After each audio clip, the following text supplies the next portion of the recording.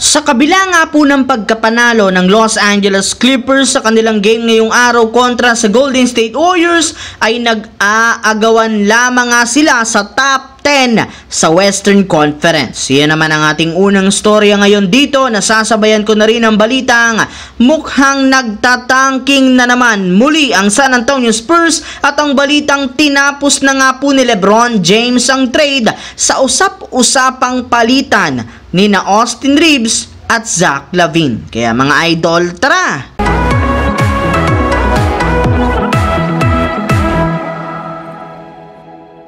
Bagamat man nga po mga idol, maagang natambakan ng Los Angeles Clippers ng Golden State Warriors sa kanilang game ngayong araw ng mahigit sa 22 points, nagawa pa rin naman nga po nila ditong makapag-comeback sa score na 113-112 sa pangunguna ng kanilang superstar na si Paul George na nagtala ng 25 points, kasama na dyan ang kanyang nagawang game-winning 3-pointer sa huling segundo ng kanilang laro. Pero sa kabila nga po ng kanilang pagkapanalo, nanatili para naman silang ika-10 pwesto sa standings ng Western Conference na merong hawak na record, 9 wins, 10 losses. Habang ang kanilang tinalo naman nga po na Golden State Warriors bumagsak muli sa ika-11 pwesto sa kanilang record, 9 wins, 11 losses. At kung inyo nga pong mapapansin, nagagawan lamang nga sila ngayon sa ika-top 10 sa West, meaning kung sino nga ang nananalo sa kanilang dalawa, siya ang nakakuha nito. Ang mas masakit lamang nga po ngayon sa Warriors, 2 beses na nga silang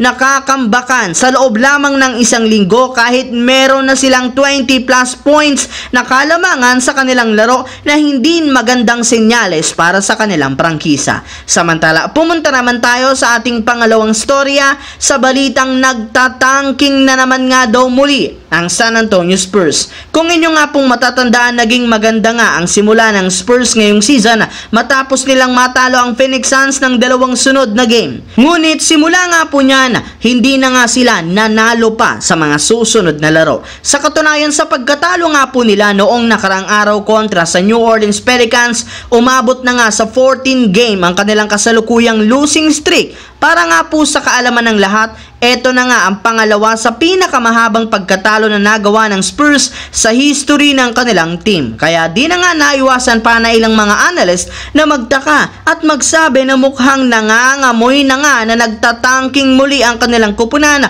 upang sa ganon makakuha ulit sila ng high lottery pick na player na susunod sa NBA draft para itandem sa kanilang batang sentro na si Victor Wembanyama. Habang dumiretso naman tayo sa ating huling storya sa balitang nag-react na nga po si LeBron James sa usap-usapang palitan ni na Austin Reeves at Zach LaVine. Matagumpay nga po mga idol na nakuha ng Los Angeles Lakers ang kanilang panalo sa kanilang game sa Houston Rockets sa score na 107-97 sa pangunguna ni na Anthony Davis na merong 27 points, Austin Reeves na merong 18 points at si LeBron na 16 points at sina Cam Reddish, Taurean Prince na parehong merong 11 points. At sa pagtatapos nga po ng kanilang laro, umangat na nga 12 wins, 9 losses ang kanilang record sa West. Kaya dahil sa napakagandang ipinakitang performance nga po ng Lakers, ay mismong si LeBron na nga ang nagtapos sa mga nagsisilabasang palitan ngayon patungkol sa kanilang team.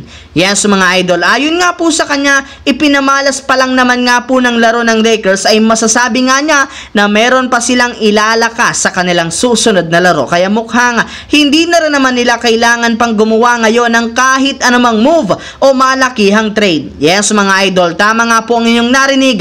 Ayaw muna ng Lakers na makipag-trade sa Bulls at kunin dito si Zach LaVine gamit si Austin Reeves. Well, kitang-kita naman nga po ninyo kung paano o gaano kahalaga si Reeves sa mga laro ng Lakers, kaya hindi nga nila afford na mawala ito sa kanilang lineup ngayong season ayon yan mismo kay LeBron James. So yun lamang mga idol ang ating bagong video ngayon na ating pinag-usapan dito sa aking YouTube channel. Once again, this is your J-Zone TV. Huwag kalimutang mag-like at syempre mag-subscribe na rin, pindutin ang notification bell sa akin channel para lagi kayo maging updated sa NBA. I-follow nyo na, bisitahin ang ating Facebook page, J-Zone TV.